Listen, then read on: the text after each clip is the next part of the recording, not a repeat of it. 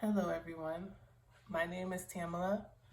I do not have a background in education, so I've never seen a lesson plan before. This is my very first time. Since I've never seen a lesson plan, instead of answering how the CSOE lesson plan template differs from others I have seen, I'll be answering how it differs from a few of the templates that I saw available online on Google for free for download.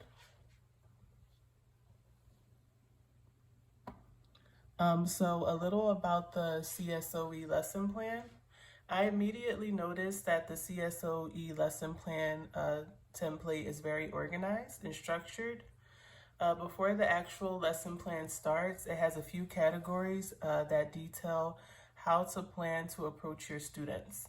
Some of these categories are ISTE standards, measurable objective, diverse learners, and classroom management.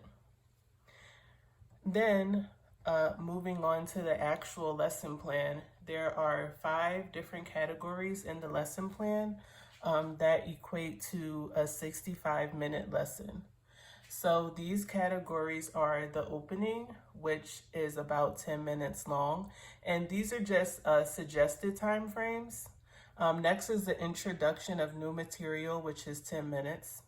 Then there's the guided practice for 15 minutes. After that comes the independent practice for 25 minutes and the closing, which lasts about 5 minutes long. So as you can see here, the longest part of the actual lesson plan is the independent practice, which lasts about 25 minutes. So after the actual lesson plan is complete, the template includes some additional categories that you can use to tie up the lesson and review how successful you are with your lesson that you planned.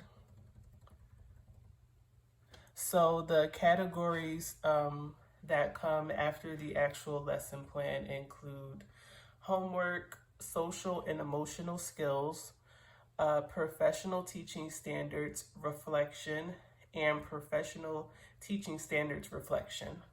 So there's a few more categories in there, but that's just a few of them. So now I'm going to talk about what I like about the CSOE lesson plan. So I like that the CSOE lesson plan is very detailed, not only in the lesson itself, but in other areas that should be researched before and after the lesson. This is very important for me since I'm new to education and I'm new to lesson plans and teaching. It's nice to know that before I even start the lesson, I can have everything mapped out and detailed that I'm going to discuss with the students and teach them. Yeah, this high level of detail allows you to understand what you are teaching and why, and how you can approach your students, including differentiated students. So it's just nice to know, like, with a variety of different people in my classroom, that I can have a plan in advance as to how I'm going to teach them the lesson that I'm trying to teach them. And lastly, I like that it has a category for how you will measure your success in teaching.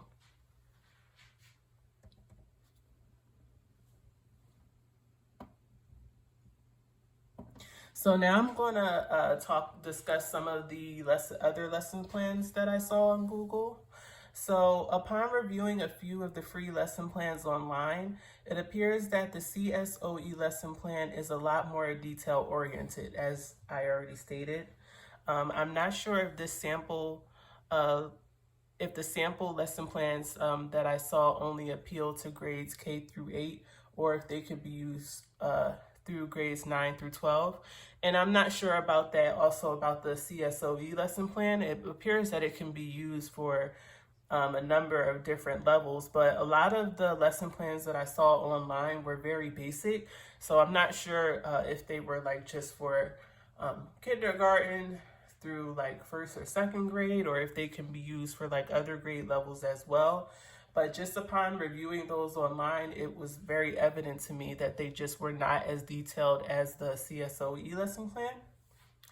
So some of the sample categories that I saw on some of the lesson plans I saw online include objectives, warm up, presentation, practice, assessment, and homework.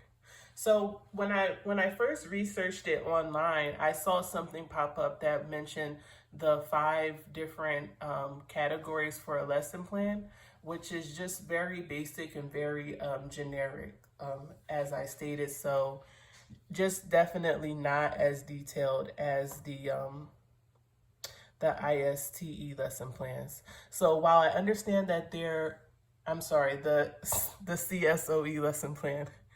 While I understand that there will definitely be some impromptu periods while teaching, I appreciate having a more detailed overview of my lesson. I also like that we can reflect on the lesson plan afterwards.